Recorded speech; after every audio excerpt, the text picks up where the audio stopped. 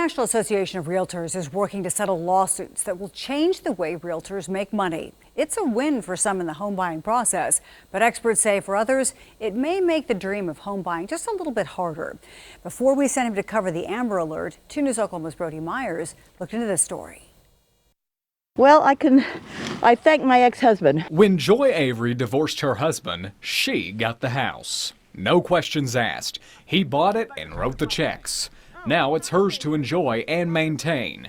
She agreed to speak with us, but only if she could keep raking the leaves. It is tough. I couldn't have done it myself if it hadn't been a gift from my ex-husband. It was tough then, and it's tough now. Home prices have shot up about 28% since the pandemic. That's according to Rocket Mortgage.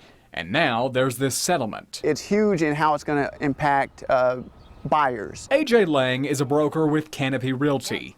His job could soon be changing after the National Association of Realtors settled multiple lawsuits for more than $400 million. With this settlement comes a change in the fee structure. Typically, home sellers pay the entire commission, 3% to their realtor, as well as 3% to the buyer's realtor. Now, the buyer will have to cough up their portion. Lang says this will most impact low-income buyers. Let's say a house is for sale for $100,000.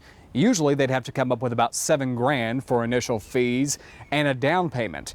Now that number would be bumped up to about $10,000. It's a people business. We just happen to sell homes. Traditionally, realtors would show potential buyers multiple houses and count on making commission once the buyer picks one. And this is actually something we've been trying to push for a little bit on the front end, because now buyer brokers have to have a written agreement with that buyer prior to touring homes. Now, realtors will have to prove their worth up front and agree to a commission. Either that or the buyer's on their own. I think I'm not moving. This case is still moving through the court system, but if all is finalized, these new regulations would go into effect as soon as July. Avery and her paid-off home won't have to worry about that. Oh, absolutely. Have felt lucky ever since he gave it to me. In Tulsa, Brodie Myers, 2 News, Oklahoma.